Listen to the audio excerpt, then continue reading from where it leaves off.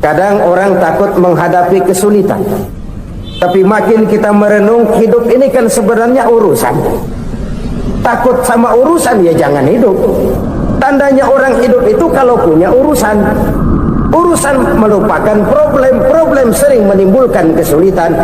Kesulitan bukan untuk ditakuti, tapi untuk diatasi dan dicarikan jalan keluarnya.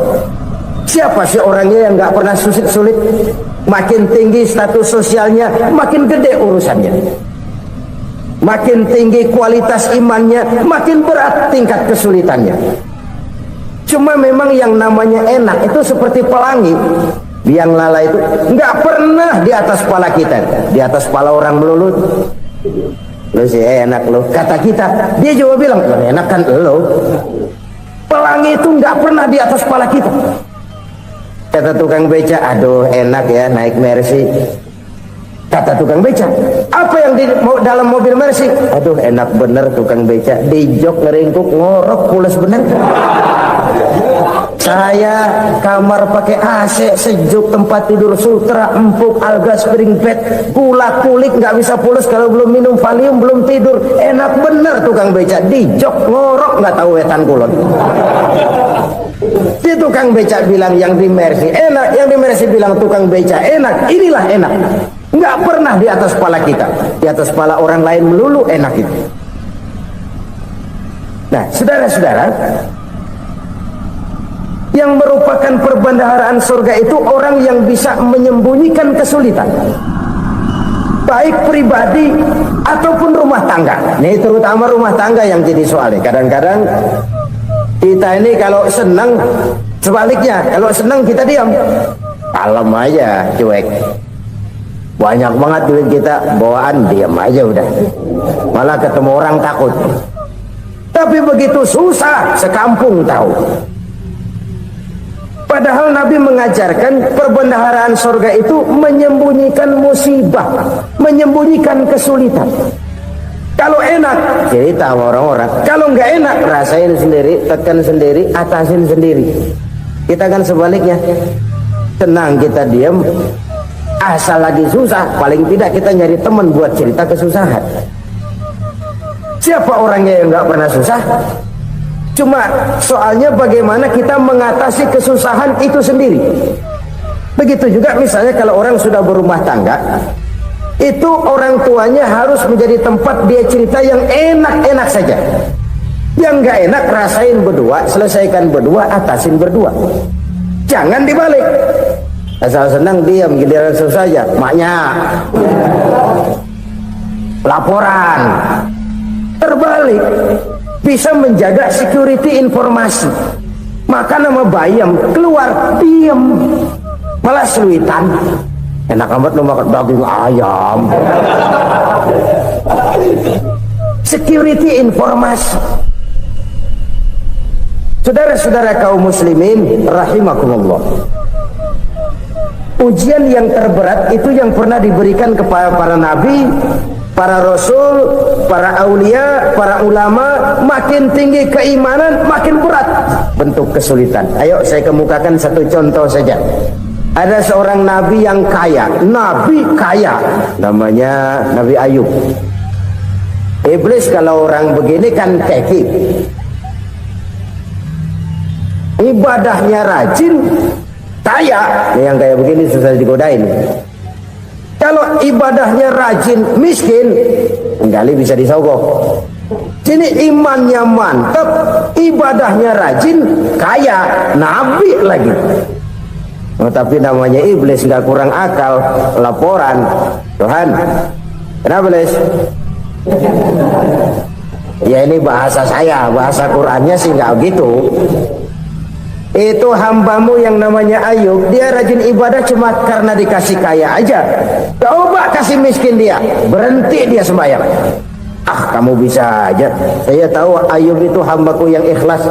Saya buktiin Tuhan, silahkan. Dibuktiinlah. Iblis turun ke alam ini. Yang mula-mula dia lakukan, dia rusak sawah ladang Nabi Ayub, dia binasakan binatang ternak Nabi Ayub, sehingga dalam waktu singkat jatuhlah Nabi Ayub dari orang paling kaya jadi orang paling miskin. Beliau masih ibadah di mihrab dalam masjid. Datang iblis. Saudara Ayub, ya, lagi ngapain? Ibadah. Nyembah Allah, nyembah Allah. Oh, percuma. Kenapa? Tuhan yang ente sembah nih, dia udah bikin miskin ente. Sawah ladang ente hancur lebur, binatang ternak binasa. Sekarang ente jadi orang paling miskin. Ngapain nyembah Tuhan kayak begitu? Tekor. Udah berhenti dah ibadah, berhenti ibadah. Ini iblis sama Tuhan lapornya lain, yang dikerjakan kepada Nabi Ayub juga lain. Benar begitu iblis, kata Nabi Ayub. Iya, sawah ladang saya habis, buras. Binatang ternak saya binasa, binasa. Saya miskin, bangpak. Apa jawab Nabi Ayub? Bukan innalillahi, ya, ini hebat. Alhamdulillahillazi a'tani wa akhadha minni. Segala puji bagi Allah yang telah memberikan harta kepada saya dan sekarang mengambilnya lagi. Alhamdulillah. Allah yang ngasih, Allah yang ambil. Itu mah urusan Allah. Iblis cuman ibadah jalan terus, sujud lagi Nabi Ayub. Iblis leher gondok banget. Dasar Nabi nggak mempandai apa-apain. Miskin malah alhamdulillah. Allah yang ngasih, Allah yang ambil. Jadi kalau kita tidak komit, kita tidak terikat kepada kaya, miskin, senang, susah, apa yang bisa bikin kita susah? Jadikan kekayaan, kemiskinan, jadikan senang, susah sebagai anak buah yang bisa kita atur. Jangan kekayaan ngatur kita, jangan kemiskinan ngatur kita. Kita yang harus mengatur mereka. Senang, susah, kaya, miskin, bahagia, sengsara, jadikan itu anak buah yang bisa kita atur. Kalau sekarang kita kaya, lain saat boleh jadi kita miskin, semiskin-miskinnya. Allah yang ngasih, Allah yang ambil. Tenaga mana yang bisa menghalangi? Ibadah jalan terus. Iblis makin gondok. Dasar Nabi loh. Akhirnya apa? Nabi Ayub dikerjain, diberikan penyakit. Demikian fatal penyakitnya itu. Bayangin, udah miskin, sakit. Masya Allah. Miskin, sakit. Sakitnya nggak lama, kira-kira 16 tahun. Istrinya 3, 2 mental minta ceraiin. Ngerawatin laki bengek begini. Senang belum tentu, susah udah pasti nih. Cerai aja, cerai dah. Cerai. Tinggal satu Siti Rahmah yang setia menemani beliau. Sesetia-setianya hati perempuan. Satu saat Siti Rahmah bilang, "Bang, iya, abang kan Nabi, Bang. Lalu, namanya Nabi kan doanya jarang meleset, Bang. Maksud kamu minta kenapa sih sama Tuhan biar abang sembuh, baik dah, Bang?" Siti Rahmah, iya. Saya sakit berapa tahun sih dah? 16 tahun, Bang. Sebelum ini saya sehat berapa tahun? Ya kira-kira 60 tahun, Bang. Nah, coba ente banding-bandingin, Rahmah. Saya dikasih sehat 60 tahun, dikasih sakit 16 tahun. Sudah nggak sabar mau doa kepada Allah minta sembuh. Saya malu kepada Allah. Diuji dengan yang luar biasa seperti ini, tidak mengganggu stabilitas kehambaannya. Dia tetap menghamba kepada Allah Subhanahu wa ta'ala. Saudara-saudara kaum muslimin rahimakumullah, kunci menghadapi kesulitan itu apa? Allah jelaskan dalam satu ayat, wa basyiris sabirin alladzina iza asabathum musibah qalu inna lillahi wa inna ilaihi raji'un. Gembirakan orang-orang yang sabar. Siapa mereka itu? Yang apabila mendapat musibah, mereka kembali kepada keyakinan dasar. Segalanya dari Allah dan segalanya akan kembali kepada Allah. Ini konsepsi dasar dari sikap muslim dalam menghadapi berbagai kesulitan. Segalanya dari Allah, segalanya akan kembali kepada Allah. Kalau ini sudah kondisi dasarnya, maka kita akan lapang menghadapi kenyataan bagaimanapun pahitnya. Apakah itu namanya miskin, apakah itu namanya sakit, bahkan maut sekalipun, segalanya dari Allah, segalanya akan kembali kepada Allah. Ini sikap hidup, bukan sekedar ucapan. Kita kadang-kadang menjadikannya sebagai ucapan. mulutnya sih nggak berhenti, innalillahi wa inna ilaihi rajiun, tapi nangisnya terus gerung-gerungan. Bukan itu, ini kesadaran moral. Kalau segalanya dari Allah, segalanya kembali kepada Allah, kan sebenarnya cuma nunggu giliran. Hari ini saya nyembayangin dia, entah hari apa saya disembayangin orang. Hari ini saya antar dia ke kubur, entah hari apa orang nganterin saya ke kubur. Hari ini saya tahlilkan dia, entah nanti kapan orang tahlilkan saya. Segalanya dari Allah, segalanya akan kembali juga kepada Allah. Oleh sebab itu saudara-saudara, kesulitan bukan untuk ditakuti, kesulitan justru untuk diatasi, dicarikan jalan keluarnya. Dan tidak ada orang yang tidak pernah mendapat kesulitan, tidak ada. Semakin tinggi status sosial, semakin tinggi kualitas keimanan, semakin besar juga tingkat kesulitan. Hanya saja bagaimana cara kita mengatasinya. Dan Al-Quran menyatakan, inna ma'al usri yusra. Di balik kesulitan itu pasti ada kemudahan. Roda itu berputar. Karena itu Rasulullah sallallahu alaihi wasallam mengingatkan kepada kita, ta'arraf ila Allah fir raha ya'rifka fis shiddah. Ingatlah kepada Allah di waktu kamu senang, supaya Allah ingat kepada kamu di waktu kamu susah. Kalau waktu senang kita ingat kepada Allah, kita susah, Allah tidak akan meninggalkan kita. Tapi kalau waktu senang kita jauh dari Allah, sujud tidak sempat, dengan masjid jauh, ketika senang kita lupakan Allah, nanti begitu kita susah, Allah lupakan kita, dan itu menyakitkan. Oleh karena itu orang-orang tua kita dulu bilang, kalau lagi sehat ingat-ingat lu bakal sakit nanti. Kalau lagi kaya ingat-ingat satu saat kita bakal jatuh miskin. Bahkan kalau lagi muda ingat-ingat kita bakal tua. Dan yang terpenting kalau lagi hidup ingat-ingat kita bakal mati. Saudara-saudara kaum muslimin rahimakumullah. Jadi yang kedua yang merupakan perbendaharaan surga, menyembunyikan musibah. Saudara-saudara kaum muslimin rahimakumullah. Hal ketiga yang merupakan perbendaharaan surga adalah wasilatur rahmi. Orang yang suka bersilaturahmi. Sebagaimana yang kita maklum bahwa manusia adalah makhluk yang disebut zon politika, makhluk sosial yang tidak mungkin hidup sendiri-sendiri.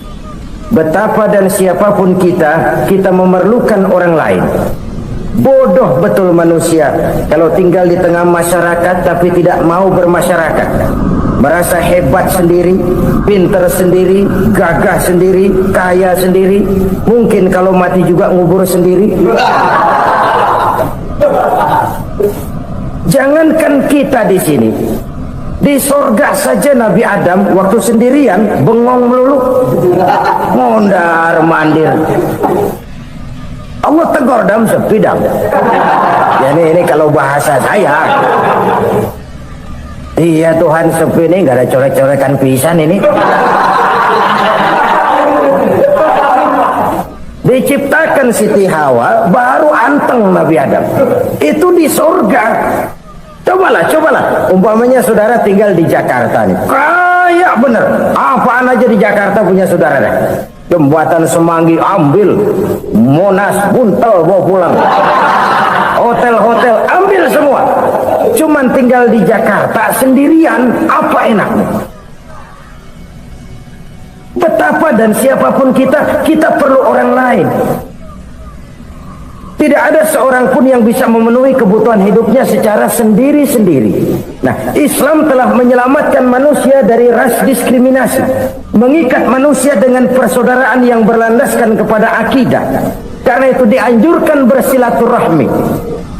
Bahkan Nabi menyatakan, man arada ayyubsata lahu fi rizqihi wa yunsa'a fi atharihi falyasil rahimah.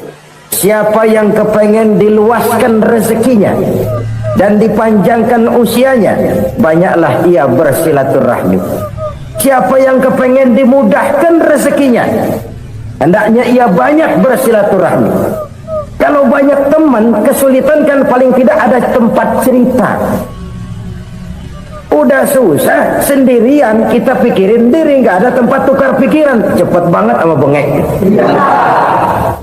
Dilawan sendiri. Nah, secara makro kita bisa berkata tidak mungkin ada kemenangan kalau tidak ada kekuatan. Tidak ada kekuatan kalau tidak ada kesatuan dan persatuan. Tidak mungkin ada kesatuan dan persatuan tanpa semangat silaturahmi. Kalau umat Islam mau menang, dia harus kuat. Kalau umat Islam mau kuat, dia harus bersatu. Kalau umat Islam mau bersatu, dia harus membudayakan silaturahmi ini. Bahkan sampai-sampai kata Nabi, kalau bisa cari nilai tambah. Apa? Silman qata'ak. Bersilaturahmilah kau kepada orang yang marah denganmu. Masya Allah, indahnya ajaran agama kita. Orang yang marah pun kepada kita, kata Nabi, kalau bisa bersilaturahmilah kepadanya, kepada orang yang marah itu. Di situ nilai tambah. Cuman jujur nih, hadis ngucapinnya gampang, ngamalinnya yang berat banget. Orang marah sama kita, kita disuruh silaturahmi. Ada apa malu? Lu marah, ada gua marahan lagi. Kan gua pikirin. Saudara-saudara kaum muslimin rahimakumullah. Tapi ini yang diajarkan, bahkan ini yang dicontohkan oleh baginda Rasul. Bagaimana begitu mudah, misalnya satu saat Abu Jahal ini ngatur strategi bagaimana bikin Muhammad celaka. Dia gali lubang di depan tempat tidurnya. Dia tutupin daun korma. Terus dia panggil seseorang, ke sini. Kasih tahu Muhammad, pamannya sakit keras, minta ditengokin. Berangkat orang ini ke sana. Muhammad, labbaik. Pamanmu sakit keras, dia minta ditengokin. Baik, saya akan datang menjenguk beliau. Berangkatlah Nabi ke rumah Abu Jahal tanpa prasangka apapun. Abu Jahal udah pasang setil, selimut 3 rangkap setengah dipakai, persis kayak orang meriang. Tapi sembari ngintip dari balik selimut. Begitu Muhammad buka pintu, nah masuk perangkap nih. Muhammad jalan menuju tempat pembaringan. Makin lama makin dekat, makin lama makin dekat, makin dekat ke lubang yang dipasang oleh Abu Jahal itu. Dalam hati Abu Jahal, terus dah jatuh, mampus dah lo ini. Mampus lo hari ini nih. Apa yang terjadi? Malaikat Jibril datang. Muhammad, pamanmu cuma pura-pura sakit. Di depan tempat tidurnya ada lubang perangkap supaya kamu jatuh ke situ. Sudah, kamu pulang. Balik kanan Nabi. Sudah hampir jatuh ke lubang, balik kanan, pulang. Bayangin kecewanya Abu Jahal. Muhammad dikit lagi, Muhammad dikit lagi. Enggak paman, saya pulang aja. Emosi bangun dari tempat tidur, enggak sadar kalau lagi pura-pura sakit. Lompat ngejar Nabi, dia lupa dengan lubang yang dia gali. Pusrah, nyemplung sendiri ke dalam lubang.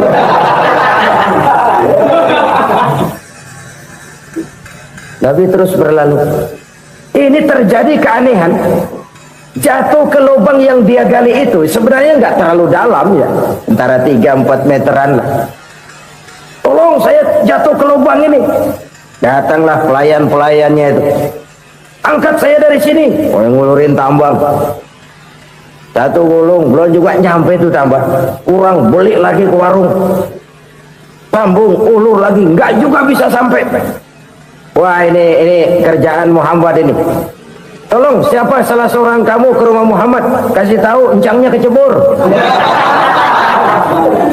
Minta ditolongin. Sampaikan kepada Rasul. Kenapa? Pamanmu jatuh ke lubang, Muhammad minta tolong diangkatin. Tambang udah nyambung-nyambung nggak nyampe juga. Ya, nanti saya datang, saya tolong. Coba aja. Nyata-nyata orang berniat jahat mau mencelakakan dia. Datang dia menolong. Ini yang disebut air tuba dibalas air susu ya ini. Bukan sebaliknya. Air tuba dibalas air susu. Paman, kecebur ya? Iya Muhammad, tolong ini. Pegang tangan saya. Nabi ulurkan tangannya. Nyampe. Dipegang oleh Abu Jahal. Diangkat ke atas. Sampai atas, apa kata Abu Jahal? Sihirmu memang hebat Muhammad. Udah ditolongin dikata sihir. Yang enak kita kemplang kan itu orang ini. Urusan apa? Tapi inilah akhlak. Kalau bisa kamu bersilaturahmilah dengan orang yang marah kepadamu sekalipun. Orang marah kita tetap baik. So, kalau kita berbuat baik sama orang yang memang baik, rasanya sih biasa-biasa aja. Orang baik kita baik lagi, ya draw aja, belum ada nilai tambah di situ.